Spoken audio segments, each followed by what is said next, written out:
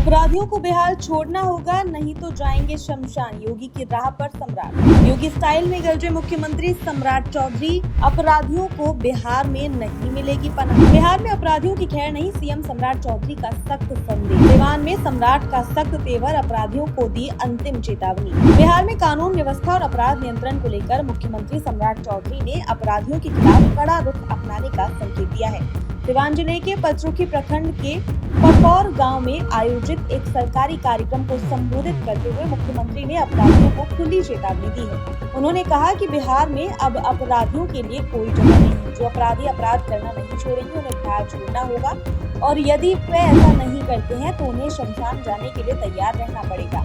मुख्यमंत्री सम्राट चौधरी का ये बयान राजनीतिक गलियारों में चर्चा का विषय बन गया है। उनके इस तेवर की तुलना उत्तर प्रदेश के मुख्यमंत्री योगी आदित्यनाथ की अपराधियों के खिलाफ अपनाई गई सख्त नीति से की जा रही है। अपने संबोधन में मुख्यमंत्री ने स्पष्ट शब्दों में कहा कि अपराधी चाहे किसी भी जाति, धर्म या समुदाय से जुड़ा हो, सरकार उसके खिलाफ समान रूप से कार्रवाई करेगी। उन्होंने कहा कि बिहार में अपराध और अपराधियों के लिए कोई सहानुभूति नहीं दिखाई जाएगी। मुख्यमंत्री ने कहा कि अपराधियों को अपराध छोड़ना होगा, यदि वे अपराध नहीं छोड़ते हैं तो उन्हें बिहार छोड़ना होगा, और अगर बिहार भी नहीं छोड़ेंगे तो फिर शमशान जाने के लिए तैयार हैं। उन्होंने ये भी कहा कि अपराधियों को अब कहीं भी पनाह नहीं मिलने वाली है और सरकार पूरी ताकत के साथ कानून का राज स्थापित करने के लिए प्रतिबद्ध है। सिवान दौरे के दौरान मुख्यमंत्री ने जिले को विकास योजनाओं की बड़ी सौगात भी दी।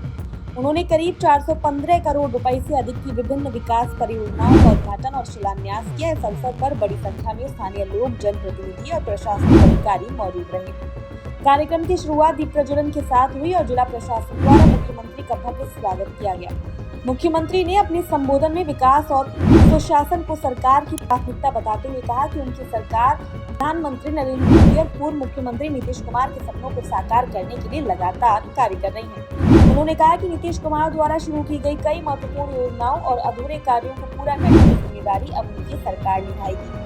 औद्योगिक विकास पर जोर देते हुए मुख्यमंत्री ने कहा कि बिहार में उद्योगों का व्यापक विस्तार किया जाएगा। उन्होंने विशेष रूप से सिवान में चीनी मिल शुरू करने की घोषणा करते हुए जिला प्रशासन को इसके लिए उपयुक्त भूमि चिन्हित करने का निर्देश दिया है।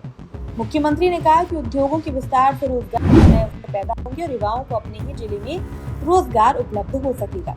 शिक्षा के क्षेत्र में सरकार की उपलब्धियों का जिक्र करते हुए मुख्यमंत्री ने कहा कि राज्य सरकार ने स्कूलों में योग्य शिक्षकों की नियुक्ति की और अधिकांश विद्यालयों के भवनों का निर्माण भी कराया जा चुका है। अब सरकार का लक्ष्य शिक्षा की गुणवत्ता में सुधार करना है। उन्होंने कहा कि प्रत्येक प्रखंड में ऐसे मॉडल स्कूल विकसित किए जाएंगे जहां आम लोगों के साथ साथ अधिकारियों के बच्चे भी पढ़ाई करें। मुख्यमंत्री ने कहा कि मेरा सपना है कि जिस दिन सिवान के जिलाधिकारी का बेटा सरकारी स्कूल में पढ़ेगा, उस दिन मैं मानूंगा कि शिक्षा व्यवस्था में वास्तविक सुधार हुआ है। उनके इस बयान पर कार्यक्रम स्थल पर मौजूद लोगों ने तालियों के साथ समर्थन जताया। मुख्यमंत्री ने कार्यक्रम स्थल पर लगाए गए विभिन्न विभागों के सहयोग शिविरों का भी निरीक्षण किया।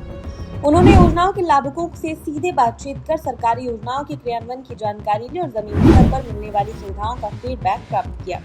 उन्होंने अधिकारियों का लाभ समय पर और पारदर्शी तरीके से उपलब्ध कराया जाए। कार्यक्रम को लेकर सुरक्षा के व्यापक इंतजाम किए गए थे। मुख्यमंत्री की सुरक्षा को देखते हुए कार्यक्रम स्थल पर प्रवेश से पहले लोगों की सतत जांच की गई। प्रशासन की ओर से सुरक्षा व्यवस्था को लेकर विशेष सतर्कता बरती गई थी। हालांकि मुख्यमंत्री अपने निर्धारित समय से काफी देर से कार्यक्रम स्थल पहुंचे, जिसके कारण बड़ी संख्या में लोगों को कड़ी धूप में लंबे समय तक इंतजार करना पड़ा।